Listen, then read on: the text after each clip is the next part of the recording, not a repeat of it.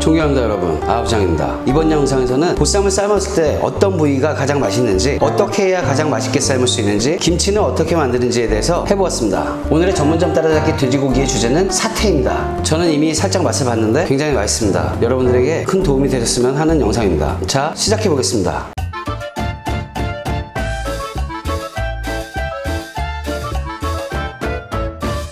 이번 영상에서 중요한 것은 보쌈을 어떻게 끓여내느냐, 어떤 부위를 사용하느냐, 이것도 가장 중요하지만 보쌈 무가 될 것 같습니다. 제가 전문점 따라잡기 돼지편을 하면서 보쌈을 선택한 이유는 사태와 삼겹살을 어떻게 맛있게 먹을 수 있는지, 맨날 구워 먹는 게 아니고 장조림해서 드시는 게 아닌 그런 의도로 제작을 했습니다. 색깔을 내는 보쌈이 아니고 고기 그냥 색깔, 된장빛이 살짝 도는 그 정도의 색깔만 내는 보쌈을 만들 거기 때문에 오늘 재료는 상당히 간단하고 조리법도 어렵지 않습니다.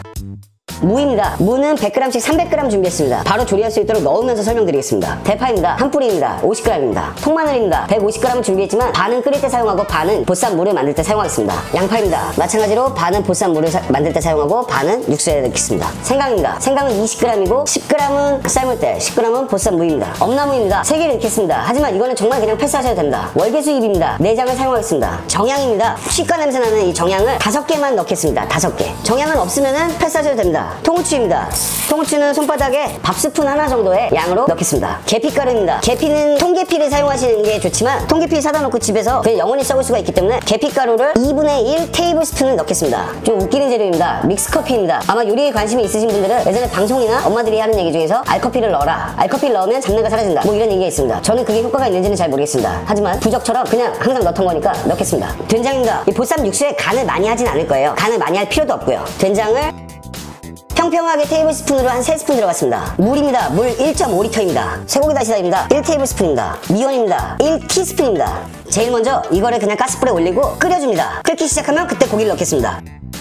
오늘의 주제입니다. 바로 이 돼지고기 사태입니다. 사태. 이 사태가 그냥 구워 먹거나 볶아 먹거나 뭐 이러기에는 짧은 조리 시간으로는 안에 근막이 많아서요, 좀 질긴 부분이 많아요. 그래서 먹기가 좀 힘듭니다. 그래서 장조림처럼 오래 삶든가 보쌈이랑 이런 것처럼 장시간 조리하는 거에 굉장히 어울리고요. 그렇게 됐을 때 그 근막이 굉장히 맛있어요. 쫄깃해지면서. 이 사태가 저는 굉장히 제일 맛있더라고요. 오늘은 고기를 이 사태와 보쌈에 가장 어울린다고 생각하는 삼겹살입니다. 이 두 가지로 보쌈을 해보겠습니다. 특별히 손질할 것은 없습니다. 끝에 있는 기름만 날리시고요, 따로 날리실 건 없습니다. 이렇게 되면 그냥 끝.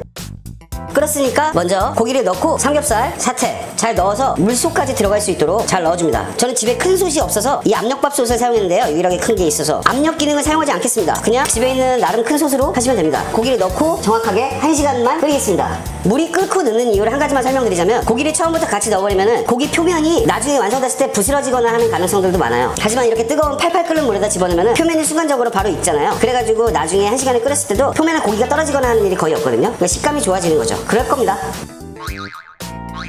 먼저 물을 썰 건데 좀 오늘 두툼한 보쌈물을 만들겠습니다. 채칼을 사용하지 마시고 칼로 써는 것을 추천드립니다. 사이즈는 대략 0.7cm 정도, 이렇게 굉장히 두툼하게 이렇게 썰어주시는 게 좋을 것 같습니다. 썰으신 물을 집에 있는 볼에다가 담으시고, 여기서 이번 영상에 하이라이트가 나옵니다. 보통은 물엿을 사용했는데요, 집에서 물엿이 없으신 분들이 굉장히 많으시더라고요. 그래서 요리당을 사용하겠습니다. 올리고당을 사용하시면 됩니다. 올리고당은 무가 1kg 기준일 때 위에다 잘 뿌려주시면 됩니다. 제가 g수를 재고 있습니다. 정확히 200g을 넣었고요. 이렇게 올리고당을 뿌려주고 한 번만 섞어줍니다. 설탕과 소금으로 절였을 때랑 이 물엿이나 요리당으로 재웠을 때는 이 쫄깃함이 완전히 다르더라고요. 왜 그런지 잘 모르겠습니다. 이거는 그냥 제 경험입니다. 물엿이나 요리당으로 하시면 무슨 말린 무처럼 쫄깃쫄깃 꼬들꼬들 맛있어요. 굉장히 보쌈이랑 어울리는 식감이 납니다. 이게 중요합니다. 이러고 이걸 방치하셔야 됩니다. 방치하겠습니다. 중간중간 시간이 되시면은 밑에 물엿이 가라앉아 있을 테니까 한번 이렇게 섞어주시면 좋습니다. 배추입니다. 배추는 그냥 좋아하시는 겉절이 사이즈로 썰어주시면, 저는 일부러 길쭉하게 썰었습니다. 이렇게 해서 먹으면 좀 편하더라고요. 배추도 살짝 절이겠습니다. 소금 3분의 2 테이블스푼입니다. 설탕 똑같이 3분의 2 테이블스푼입니다. 종이컵 반컵의 물을 부어주고 배추도 살짝 섞어 놓습니다. 진짜 업소에서 배추 절이는 방법이 따로 있는데 집에서는 그런 방법을 굳이 사용할 필요가 없어서 제가 편하게 하는 방법을 알려드리고, 시간은 많으니까 나중에 아부장이 다시 한번 진짜 업소용들 한번 다뤄보겠습니다. 그리고 김치에 들어갈 대파를 한 뿌리를 그냥 어슷하게 썰어줍니다. 보쌈물을 위해서 남겨두었던 마늘 75g이겠죠? 생강 10g, 양파 반개, 여기에 오늘도 어김없이 등장한 배음료를 종이컵 반컵 분량을 부어줍니다. 그리고 그냥 갈아줍니다. 무 양념을 만들 때 귀찮지만 꼭 해야 되는 게 한 가지 있습니다. 차가운 물 1컵입니다. 240입니다. 찹쌀가루 1테이블스푼입니다. 아직 불을 올리지 않고 일단 이걸 잘 저어줍니다. 잘 저어서 어느 정도 풀렸다 싶으면 불을 얹어주고 양이 적기 때문에 금방 끈적끈적해져요. 그래서 방심하지 마시고 계속 저어주셔야 됩니다. 특히나 이 가운데 쪽 양이 많으면 조금 설렁설렁 하셔도 되는데 이렇게 양이 적을 때는 금방 끈적해지기 때문에 조심하셔야 됩니다. 1분 정도 지났는데 벌써 끈적끈적해졌어요. 하지만 여기서 끄지 않고 묵쓰듯이 이렇게 거품이 올라와도 좀 한번 끓여주셔야 돼요. 이렇게 거품이 막 올라올 정도로 끓여주시고 이제 불을 꺼줍니다. 그러면은 이렇게 농도가 이런 농도의 찹쌀풀이 완성이 됩니다. 찹쌀풀은 제 개인적인 생각에는 색깔을 예쁘게 내는데 도움을 주고요. 이게 빨리 익는 데 도움을 주는 것 같아요. 그래서 사실은 보쌈무 같은 데는 찹쌀풀을 많이 넣으면은 무가 새콤해지면 안 되잖아요. 보쌈무는. 그래가지고 보쌈무에는 조금만 넣고 김치에는 어느 정도 넣으셔도 좋습니다. 하지만 저희는 뭐 만들어서 바로 먹을 거기 때문에 크게 중요하지 않습니다.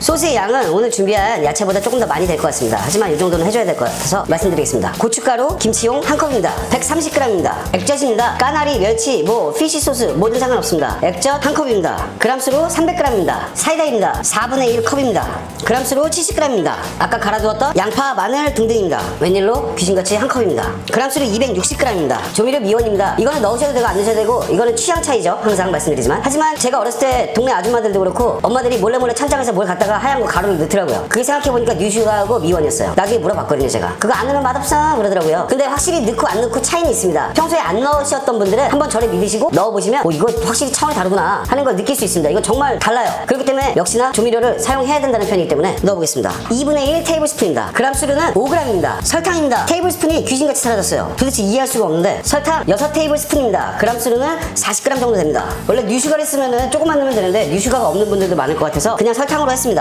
아까 전에 만들어두었던 찹쌀풀입니다. 찹쌀풀 그거 다 사용하시면 됩니다. 4분의 3컵이고 그람수로는 180g입니다. 이제 이걸 잘 섞어줍니다.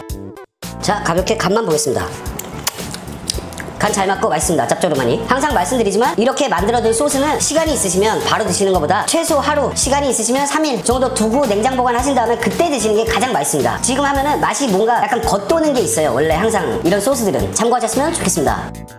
보쌈이 완성이 되기 전까지 15분이 남아있는데 저희가 이 배추를 절인 시간은 한 30분, 40분밖에 되지 않습니다. 하지만 배추도 이렇게 잘 휘어지면서 나름 잘 절여졌고요. 배추는 한번 씻어서 물기를 빼서 드시면 좋겠습니다. 이게 또 너무 절여지면 별로예요. 김장김치 같잖아요. 이렇게 물이 이렇게 나와있고 겨우 30분, 40분 지났습니다. 근데 이거는 먹을만한 상태로 됐기 때문에 빼고 바로 이 무입니다. 무에서도 물이 이렇게 이 정도로 흥건하게 나와있어요. 절여진 게 무도 이렇게 위용위용 하면서 되게 잘 절여져 있는데 사실 무는 더 쫄깃쫄깃하게 하시려면 무를 최소 4시간 정도는 담가서 절여주시는 게 좋을 것 같습니다. 그리고 제가 아까 전에 이거는 무는 물엿이나 올리고당 이런 걸로 했잖아요. 그 이유가 지금 이거를 그냥 드셔보시면 아직 쫄깃한 맛이 완벽하지 않지만 괜찮고 이 안에 감미가 들어가 있는데 입에 넣고 아우 달아 못 먹겠어 이게 아니고 굉장히 부드러운 단맛이 나요. 그래서 김치 소스를 그렇게 크게 달게 하지 않고 이 무 자체를 좀 달콤하게 해서 잘 절이고 식감도 살리고 요대로 씻지 않고 그냥 짜서 사용하겠습니다. 그러니까 제가 드리고 싶은 말씀은 배추는 지금 건져도 되지만 무는 가능하면 4시간 이상 두시는 게 좋다는 걸 말씀드리고 있습니다. 하지만 아우장은 바로 찍어야 하니까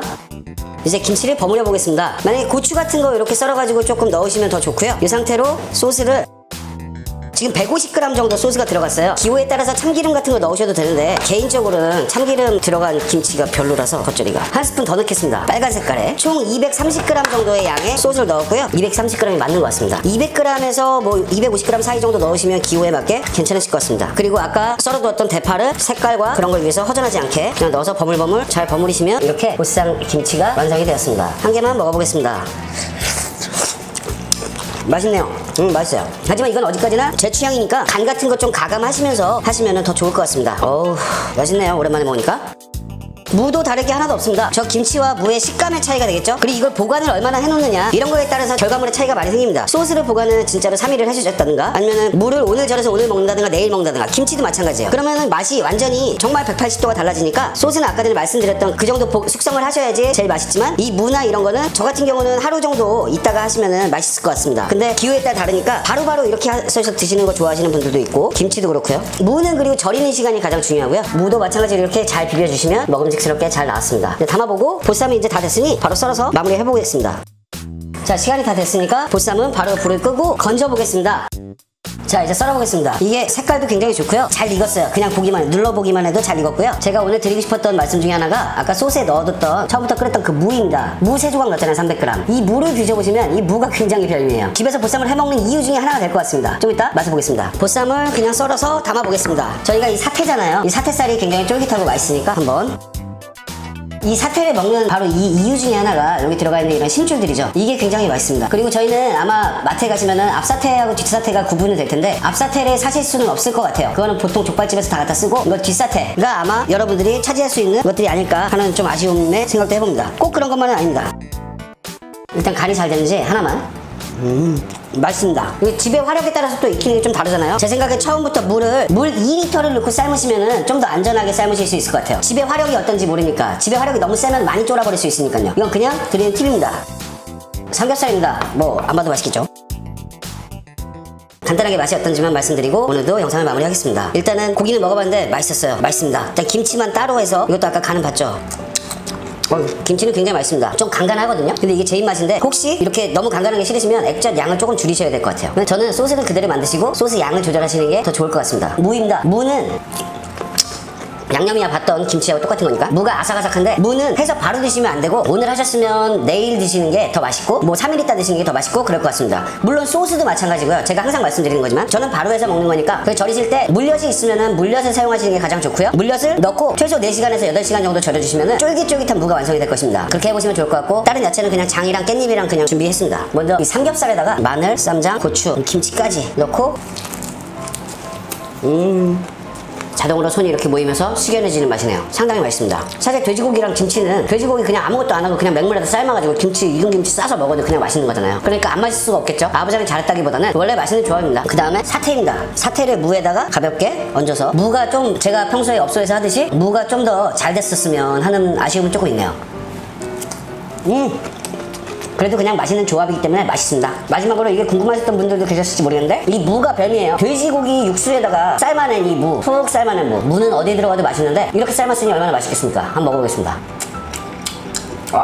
보쌈을 해먹는 이유 중에 하나가 바로 이 무 먹는 맛이에요. 이게 무가 지금 안쪽까지 간도 잘 배고 맛있어요. 뭐 그냥 맛있어요. 뭐 된장 양념이라 모르겠습니다. 맛있습니다. 그냥 맛있습니다. 너무 맛있네요. 삼겹살이냐 사태냐 선택은 여러분의 몫이지만 사태는 삼겹살의 가격의 3분의 1밖에 안 됩니다. 그러면서도 생각보다 훌륭한 맛을 내기 때문에 가성비를 따지신다면 삼겹살과 사태를 적당히 반반 정도 구매를 하셔갖고 해보시면은 더 맛이 좋을 것 같고 가성비도 좋아질 것 같습니다. 봐주셔서 너무 감사드리고요. 도움이 되셨다면 구독과 좋아요도 한 번쯤 생각해 주시길 바랍니다. 아부장이었습니다. 감사합니다.